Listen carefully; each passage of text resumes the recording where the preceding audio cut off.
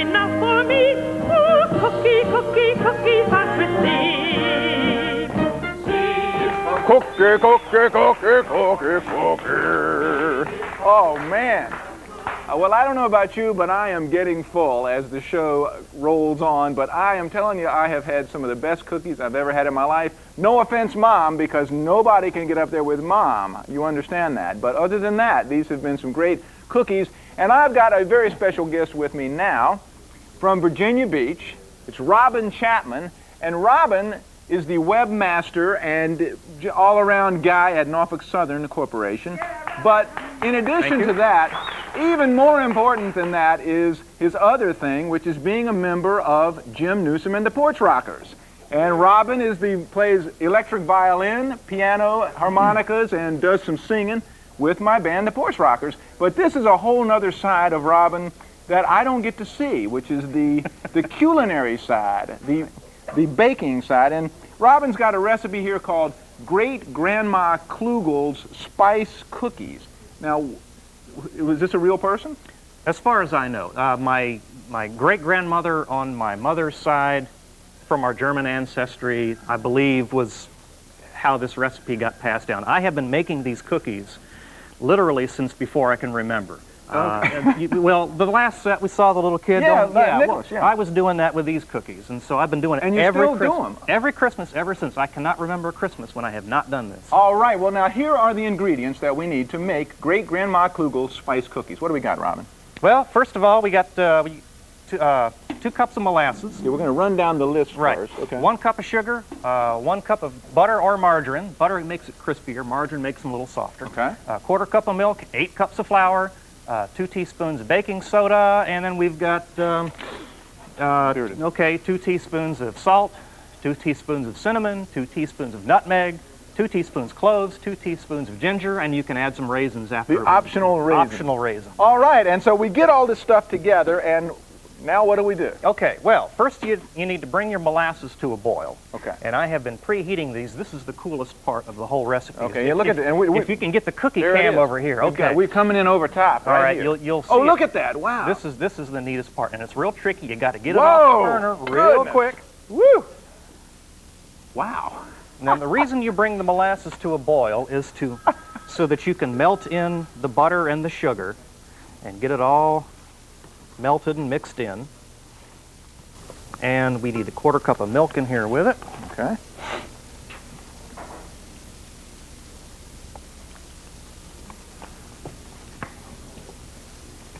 Okay, let's see. Tilt it that way, maybe? Yeah. Oh, okay. Well, now they're coming in with this one. See? Okay, okay. good. Yeah, we've got a good overhead shot Okay, now. good. We can see it. Right. And so you just stir it around. So this is the molasses, the butter, and the milk so far. That's right. Okay. And the sugar. And the sugar. Right, cup of sugar. And You'd make Great Grandma Klugel proud. Oh, wouldn't she be? Yeah. I tell you. She's probably smiling down from her Christmas tree.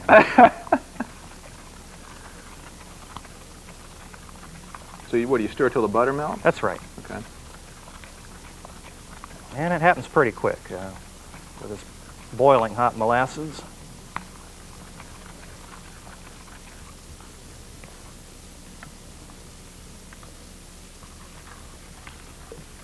And once that is all melted in, then you add, what I do is add my flour on top of this. It's a lot of flour. Yes, it is. 8 cups of flour. Okay. Now, actually, this is half the amount of recipe that I usually make. These are very popular cookies in my family. People pout if I don't make them, and so I make lots of them. So I usually double the recipe. And can we put this recipe up on the Porch Rockers website? hey, that's a good idea. Let's will. do that. Okay, that's my cinnamon. And this is my nutmeg. And my ground cloves. And our ginger. And these cookies will pack a tasty wallop. I'm telling you, that's a lot of spice in there. It is, but it's fantastic. And they're not hot spices, they're just flavorful spices, right. So then, okay, baking soda, 2 teaspoons of that. Whoops, that's probably about 2 teaspoons full. Okay, and 2 teaspoons of salt. I'm making a mess You of are your making cloth a mess I'll here. tell you. Well, you know, I make a mess in the kitchen. That's how mine is. But, sorry about that. Okay, then you mix it. What you do is you sift your dry ingredients together first before you mix it into the hot molasses. Kind of blend it all in. Oh, is that right? Right. Okay, on top of the hot molasses. Yeah, I just let it float on top of the molasses and sift it all together. And then, this is the fun part, mixing it all in. Now, do the kids help with this? Yes, they do. Okay. They help with the rolling and cutting part, which is what I started with. Oh, you have to work your way up to the mixing of ingredients. It's an apprenticeship process, right? And not like Nicholas, who was making it right from the get-go here. In your family, you have to serve an apprenticeship. That's right. Okay. Yeah. You don't want people Nicholas's size boiling molasses, for instance. Well, that's for sure. I'm not sure I would want to be doing it myself. It'd be dangerous, you know. I'll bring you over to try this recipe. Okay. Okay, so we're doing some serious stirring here, but Yeah. it is. It's all coming together here. Yep. Okay. And when you have, sometimes I do a triple recipe, and that's nice. a lot of fun, I tell you that. And I How use big is your bowl? huge, big metal bowl. You could help out our Coast Guard, Michael Ford, with this huge recipe for his guys in the Coast Guard, I guess. Oh, yeah, Yeah, right. we should have shared that. Okay. Well, anyway, when you get that all mixed up, then you have to refrigerate it for at least an hour. Okay. So an hour elapses, and hour through the magic elapses. of television, it's now an hour later. And you have a blob of dough. There it is. Okay. A And then big blob big of blob dough. of dough. Okay. Now you have to roll it out. Okay. And you spread lots of flour on your pastry cloth. Right. I usually tape my pastry cloth down with duct tape, you know, but I think we can manage Yeah, without that we this can time. do, for demonstration purposes, we can do it right here, okay? Okay. Use plenty of flour so it doesn't stick.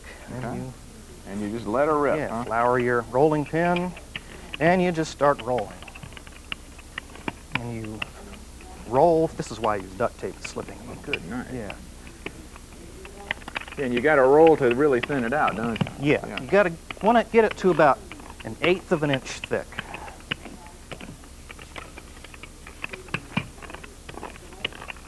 And I need a new rolling pin because this one keeps slipping out of You gear. need a bigger rolling pin, really, you know, to cover a bigger area.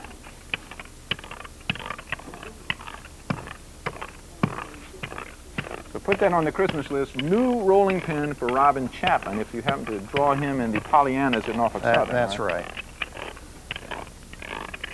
Okay. You want to make sure it's even all around. You just kind of gently move your hand over it to see if you got any big lumps. And you spread it out, and then you get your cookie your sheet, pan, right. which you spray your cookie sheet with some of this Pam or Some of the some magic generic whatever. All right. And let's see. Let's Let's make use this room, space okay? here. Okay. And then you get your cookie cutters out, your festive cookie Now cutters. the fun stuff. Yes, yeah, right. festive cookie cutter. All right, they have all kinds of neat shapes, Christmas trees, gingerbread houses. These are cool little cookie cutters because they have little indentations in them that make patterns in the cookie. Got to make sure you got plenty of flour on your cookie cutter so it doesn't stick. All right. And there And- it sticks anyway. Yeah, it sticks anyway. Oh, no, And okay. there you go. Oh, look at that. Yeah, cool. Yeah, so it makes All neat little right, yeah. houses. You want to try one? Sure. Now, I should powder this? Is that Yeah, flour. flour it? Okay. Just do that? Yeah. Okay. And pick it up. Whoops. Well, do better than me. There it kind of That's is. salvageable. Salvageable. Yeah. All right, and there's a rocking horse. Okay. And you can do your traditional Oh, the gingerbread man? gingerbread man, right? Or the Grandma Klugel Right. spice No, man. we call them gingerbread cookies, but they're really not. I mean, 1/4 of the spice is ginger. There's all kinds of other spices Right, in yeah. there. So. Okay. Oh, and then you put your optional raisins? Yeah. Okay. I usually don't put raisins on these pattern ones because they look neat as they are, but you can. Yeah, but you can put buttons on Yeah, the guy, right, buttons on Be them. careful where you put that. Robin, come on. This is a family show. All right. Okay. And yeah. And Okay, and so we'll fill up the sheet with Right. our various designs. Right. And then we'll put them in the oven. Now how hot is the oven? 375. 375, and how long do we do it for? For 8 to 10 minutes. 8 to 10 minutes. You have to keep an eye on them when they start getting a little bit of brown around the edges, and the raisins are puffed up and all they're done. So we do that, we put it in the oven. Right. And then magically in 8 to 10 minutes, they come out. Looking like this. And there they are. What camera? Whoops. We're going to this camera, right? There they are. Great Grandma Klugel's spice cookies in multiple shapes. How about that? From Robin Chapman of Virginia Beach. And Robin, now these really look good. I imagine that. Do you take these into work too? Yes. But there are people there among those who pout if I don't bring them in. And you realize that this week at band practice, we will also expect to have a rather large helping of these cookies. You understand that? Yeah. Now that you've let this out of the bag that you do this, we will expect this. In fact, probably all of our gigs from now on out, people will be coming up wanting cookies. Another group who will pout if I don't. So. That's right, your bandmates. Robin Chapman, anyway, some fantastic stuff. Great Grandma Klugel's spice cookies. Yet another recipe that you can get in the C is for Cookie cookbook. We'll be back with more great cookies in just a few minutes. Thank you. C is for cookie, that's good enough for me. C is for cookie, that's good enough for me. C is for cookie, that's good enough for me. Ooh, cookie, cookie, cookie, start with C. C is for cookie, that's good enough for me.